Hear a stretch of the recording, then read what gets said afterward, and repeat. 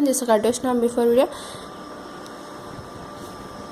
Next, collect the information and make list of good conductors and bad conductors. How do you use the information in your daily life works? Daily life works లో good conductors, bad conductors అని చెప్పి నువ్వు ఎలా estimate చేస్తావు? Metals are good conductors. They are used in electric wires, vessels, boilers, etc. And wood, rubber, plastic are poor conductors. They are used in switchboards, switches, insulators of wires, etc. మనకి good కండక్టర్స్ని ఉపయోగించి మనకి electric హీటర్స్లోని electric వైర్స్లోని వెహికల్స్లోని బాయిలర్స్లోని మనం వాటిని ఉపయోగిస్తూ ఉంటాం. ఏవైతే bad conductors ఉంటాయి rubber plastic అలాంటి వాటిని మనం కోటింగ్కి స్విచ్ బోర్డ్స్ మీద స్విచ్చెస్ బోర్డింగ్కి స్విచ్చెస్కి మనం ఉపయోగిస్తూ ఉంటాం కోటింగ్గా. అలానే in many of the activities in the chapter we have to test the made up of LED. Can we avoid LED and use something else as tester. చాలా సర్క్యూట్లో మనం ఎల్ఈడిని టెస్టర్గా ఉపయోగించుకుని ఎలక్ట్రిసిటీ ఫ్లో ఆఫ్ ఎలక్ట్రిసిటీని కనుక్కోవడానికి. ఎల్ఈడికి బదులుగా ఇంకేదైనా మెటల్ని ఉపయోగించవచ్చా అంటే మనం ఉపయోగించవచ్చు. So magnetic compass needle could be alternative tester. It is also when used as take current carrying wire near magnetic compass needle. So it is property is to make the tester of magnetic compass needle. Magnetic compass నీడిల్ని కూడా మనం టెస్టర్గా ఉపయోగించవచ్చు. So దానికి మన connective wires ఏవైతే దాన్ని మనం టర్న్స్గా కట్టి దీన్ని కూడా మనం ఎలక్ట్రిక్ టెస్టర్గా ఉపయోగిస్తాం. కాకపోతే ఏంటంటే దీంట్లో మ్యాగ్నెటిక్ కంపాస్ నీడిల్ అనేది ఫ్లో ఆఫ్ ఎలక్ట్రిసిటీ పోయినప్పుడు అది డిఫ్లెక్ట్ అవ్వటం మొదలుపెడుతుంది. సో అదే మనకి గుర్తు అనమాట. Next in an ordinary tap water is conductor or insulators. మామూలుగా ఇంట్లో కనిపించే ట్యాప్ వాటర్ అనేది కండక్టర్ ఇన్సులేటర్స్. ఎందుకంటే deep the free ends of tester in the ends of the tap water circuit becomes complete. So the bulb glow switch the tap water is a conductor. మనం tap వాటర్లో చిన్న బౌల్లో తీసుకొని ఇలానే ఒక electric టెస్టర్ని ఉపయోగించుకొని ఒక సెల్ని ఉపయోగించేసినట్లయితే ఎల్ఈడి గ్లో అవడం అనేది జరిగింది. సో దానివల్ల మనం ఏం చేస్తామంటే అది నార్మల్ ట్యాప్ వాటర్ కూడా గుడ్ కండక్టర్స్ ఆఫ్ ఎలక్ట్రిసిటీ అని చెప్పి మనం చెప్పాం అనమాట. So how can we test liquids are conductors of electricity. Liquids అనగా ఎలక్ట్రిసిటీని కండక్ట్ చేస్తారని చెప్పి మీరు ఏ విధంగా చెప్తారంటే liquids can be tested on conditions of electricity. The free ends of testers are deposit on the liquids to be tested and is the bulb glows. So the confirm the liquids also good conductors of liquids. Otherwise liquids are insulators. ఏవైతే liquids ఎలక్ట్రిసిటీని conduct చేస్తే అవి good conductors of liquids అని. ఒకవేళ ఏవైతే liquids అవి ఎలక్ట్రిసిటీని conduct చేయలేదో వాటిని ఇన్సులేటర్స్ అని చెప్పి విద్యుత్ నిరోధకాలు అని చెప్పి అంటూ ఉంటాం అనమాట. విద్యుత్ని గ్రహిస్తే విద్యుత్ గ్రాహకాలు, గ్రహించకపోతే విద్యుత్ నిరోధకాలు అని. Next what is liquid conduct electricity.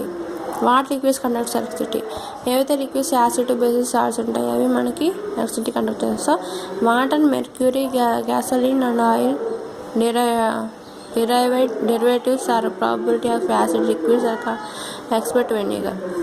Water, mercury, gasoline అలానే ఆయిల్ డెరివేటివ్స్ అలానే portability of some acid liquids అవన్నీ మనకి ఎక్సెప్ట్ వెనిగర్ తప్ప ఇవన్నీ పోర్టబుల్ యాసిడ్స్ లిక్విడ్స్ అవన్నీ మనకి ఎలక్ట్రిసిటీని కండక్ట్ చేస్తాయి అన్నమాట. Okay. The tested with used in check the conductance of electricity through the liquids X and Y. It is found that the bulb of tester glow brightly of liquid X and the liquid is Y. మనకి liquids X అని ఇంకో లిక్విడ్ని మనం why అని తీసుకున్నాం అనుకోండి. X అనేది acid అనుకోండి, why అనేది బేస్ అనుకోండి. యాసిడ్లో ఎలక్ట్రిసిటీ పాస్ చేసినప్పుడు బేస్లో ఎలక్ట్రిసిటీ పాస్ చేసినప్పుడు బేస్ సబ్స్టెన్స్లో కన్నా ఎక్కువ వెలుతురుతో యాసిడ్ సబ్స్టెన్స్లో ఎల్ఈడి అనేది గ్లో అవటం జరుగుతుంది. ఎందుకంటే యాసిడ్ అనేది బేస్ కన్నా ఎక్కువ ఎలక్ట్రిసిటీని కండక్ట్ చేస్తుంది కాబట్టి అక్కడ ఎల్ఈడి అనేది బేస్లో ఉన్న వై ఉన్న బేస్లో కన్నా ఎక్స్లో ఉన్న యాసిడ్లోనే ఎక్కువగా వెలగడం అనేది జరిగిందనమాట. So liquids X is better conduct of then liquid why. Okay, acid is better conduct then base అన్నమాట. Next why do we use లో current flow longer time in electroplating method. Electroplating method ఎక్కువగా long time current pass అవుతుంది. ఎందుకు? So lower current does not allow the electrolyte to heat up. So it is helps to film deposited on the cathode.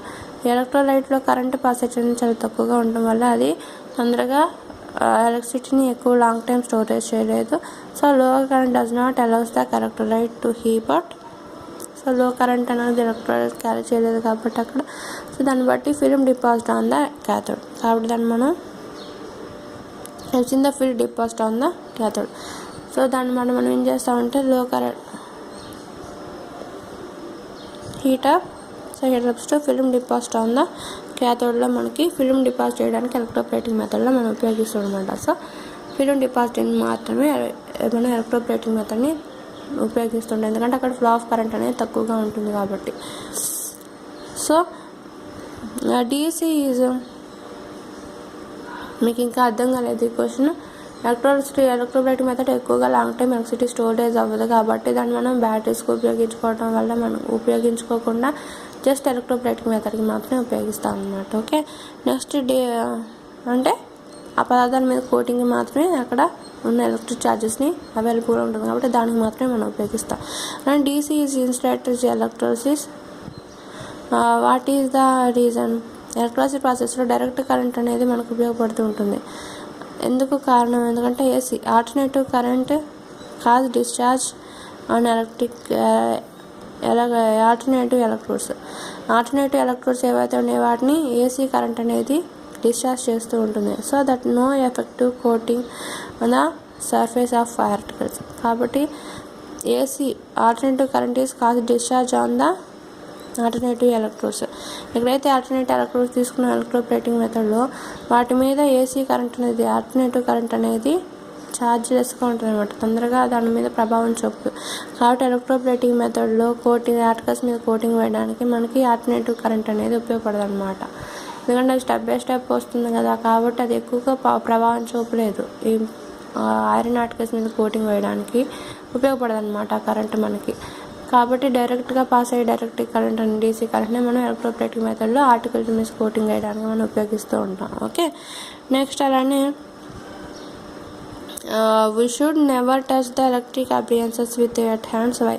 ఎందుకు electrical అప్లియన్సెస్ని ఏవైతే ఉన్నాయో విద్యుత్ pass చేసే పదార్థాలని, దానివల్ల నడిచే పదార్థాన్ని మనం తడి చేతులతో పట్టుకోకూడదు. ఎందుకంటే చేతులకి తడి ఉంటుంది కాబట్టి వాటర్ కూడా ఎలక్ట్రిసిటీని కండక్ట్ చేస్తుంది కాబట్టి షాక్స్ కొట్టే ప్రమాదం ఉంది కాబట్టి. So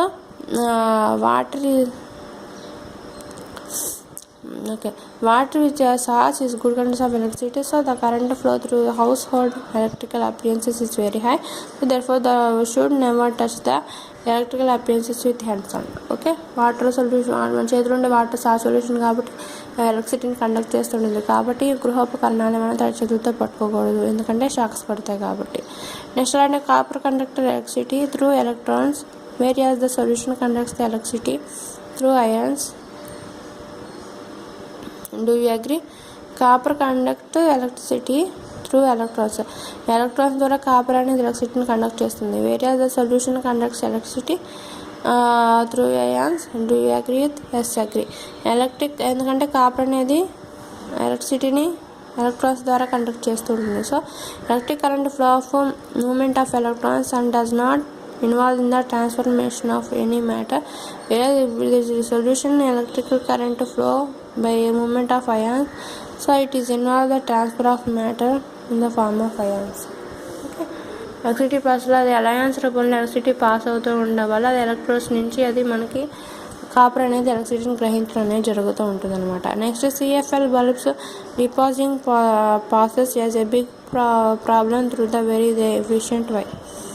పిఎఫ్ఎల్ bulbs compact fluorescent light bulbs అనమాట. సిఎఫ్ఎల్ బల్బ్స్ అంటే are more efficient then conventional bulbs, so but they are containers mercury which is toxic, so hence deposit of CFL bulbs passes of a big problem. మామూలుగా compact fluorescent light bulbs అనేవి నార్మల్గా వాడే bulbs కన్నా చాలా ఎక్కువ ఎఫిషియెంట్గా చాలా ఎక్కువ ప్రభావవంతంగా పనిచేస్తూ ఉంటాయి అన్నమాట. కానీ దాంట్లో ఉన్న మైనస్ పాయింట్ అంటే దాంట్లో మనకి ఉండే మెర్క్యూరీ అనేది చాలా విషపూరితంగా ఉంటుందన్నమాట. సో దానివల్ల మనం దాని వాడకం అనేది తగ్గిపోవడం జరిగింది. సో మెర్క్యూరీ అనే పదార్థం చాలా టాక్సిక్ అవడం వల్ల దాన్ని మనం CFL బల్బ్స్ని pass of big problem, దానివల్ల మనకి సిఎఫ్ఎల్ బల్బ్స్ వాడడానికి చాలా ప్రాబ్లంగా ఉండిపోయిందన్నమాట. Next why do we use iron coated zinc of bridges and automobiles. బ్రిడ్జెస్కి ఆటోమొబైల్స్కి zinc coating ఎలా వేస్తాము, ఎందుకు వేస్తాము అంటే ఎందుకంటే అది ఐరన్తో తయారవుతాయి కదా, మెటల్స్కి మోటార్స్కి బైక్ కావాల్సినవి, బ్రిడ్జెస్కి కావాల్సినవి. సో ఐరన్కి రెస్ట్ పడకుండా జింక్ కోటింగ్ వేయాలి కదా. సో జింక్ అనేది ఐరన్ అనేది నెగిటివ్ టెర్మినల్లో పెట్టి జింక్ని పాజిటివ్ టెర్మినల్ వైపు మనం సర్క్యూట్లో పెట్టి జింక్ అనేది నెగిటివ్ టెర్మినల్ వైపు అవుతుంది కాబట్టి ఎలక్ట్రోప్లేటింగ్ మెథడ్ ఐరన్ సబ్స్ట్రేట్స్ మీద మనం కోటింగ్ వేస్తూ ఉంటాం. So when iron is coated with zinc metal, iron becomes more resistive so to corrosion and formation of rust. So zinc coated iron is used of bridges and atom members. Bridges atom members ఉండే iron సబ్స్టెన్స్కి మనం rusting పడకుండా electroplating method ద్వారా మనకి ఆ జింక్తో coating వేస్తూ ఉంటాం అన్నమాట. ఓకే, నెక్స్ట్ అలానే why do we perceive process of food in thin coated iron cans. Thin coated iron క్యాన్స్లో మనకి ఎందుకు అయితే ఐరన్ క్యాన్స్ ఉన్నాయో దాని మీద మనకి ఎందుకు ఐరన్ కోటింగ్ వేస్తూ ఉంటాం. So thus are rest react in the food that iron so that can be made by electroplating method thin iron. మనకి ఎలక్ట్రోప్లేటింగ్ మెథడ్ వల్ల తిన్తో కోటింగ్ వేయడం వల్ల పదార్థాలు ఉన్నాయి. అసలు ఈ స్టీల్ అంటే ఏంటి, కొంచెం ఐరన్ సమ్ అదర్ మెటల్స్తో తయారైన పదార్థాన్ని మనం స్టీల్ అని చెప్పి అంటూ